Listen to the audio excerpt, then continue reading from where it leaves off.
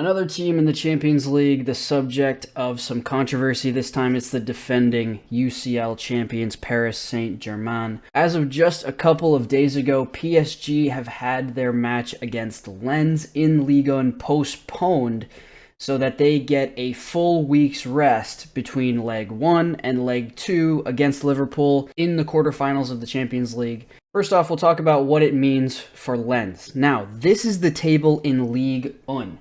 Lens is only a point behind PSG.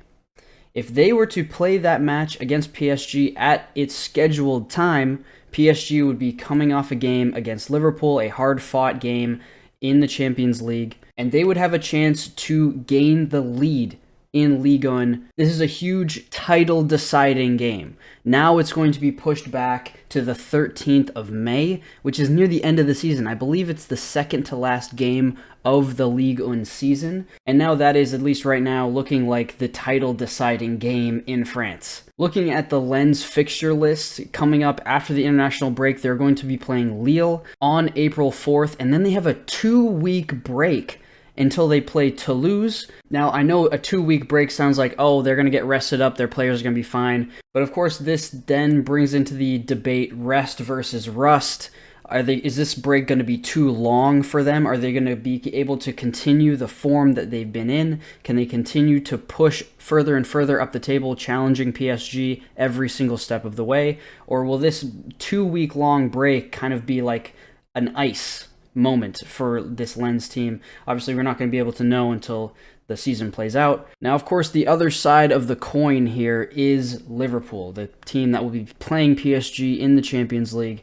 They actually played Manchester City in the FA Cup 4 days before the first leg against PSG. Then sandwiched in between the two games against PSG, they have Fulham in the Premier League. Now, Liverpool, they are currently in a big fight for top 4 in the Premier League. Now, top 4 will guarantee them a spot in the Champions League.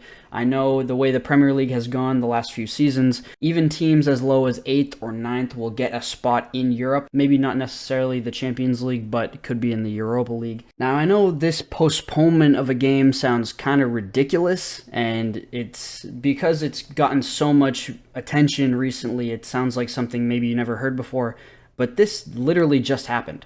When PSG played Chelsea in the previous round, the round of 16, in between the first and second leg against Chelsea, PSG's game against Nantes was postponed. However, the difference here is that both PSG and Nantes both agreed to have the game postponed. Now, in this case against Lens, Lens denied the PSG request to have their game postponed. The only reason it got through was because the French League's federation stepped in and overruled Lens's denial of this postponement. So they actually went in, they big broed Lens and said, no, we are postponing this game because PSG need time to rest. That's basically what they're saying.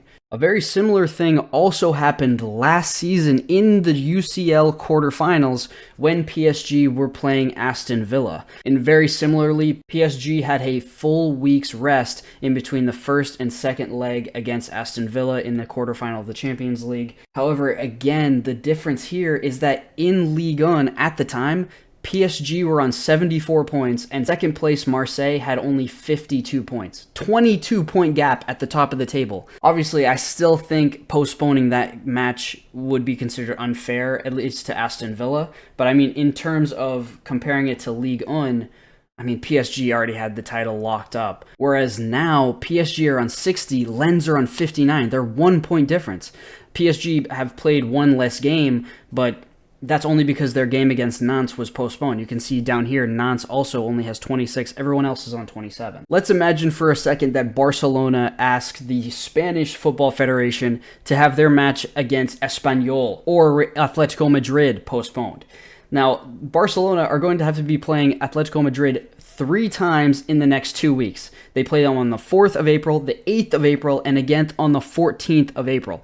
Obviously, 1 is in the league, and 2 of them are in the Champions League quarterfinal, but you get my point. Atleti and Barcelona are both fighting for top 3. Now, again, the gap between Barcelona and Atletico Madrid is a bit more than between PSG and Nantes, but I mean, both of these, they're still 2 of the top teams in Spain. Now, the discussion then shifts on over to UEFA. Should they step in and require PSG to play their game against Nantes? Now, unfortunately, they don't have that kind of power. They do not have the power to go into their individual leagues and change the rules and change what teams are doing, what the schedule is looking like. And I'm actually glad that they do not have this kind of power, because if they did, they would end up getting their Super League that they've always wanted. They could rule as a sort of a tyrant in the world of football. Same thing with FIFA. Imagine if FIFA could go in all over the world, pick the best teams, and force them only to play in FIFA competitions. Obviously, this would destroy not only the history of football, but also what football is as a sport. It is a sport where a team plays in multiple competitions,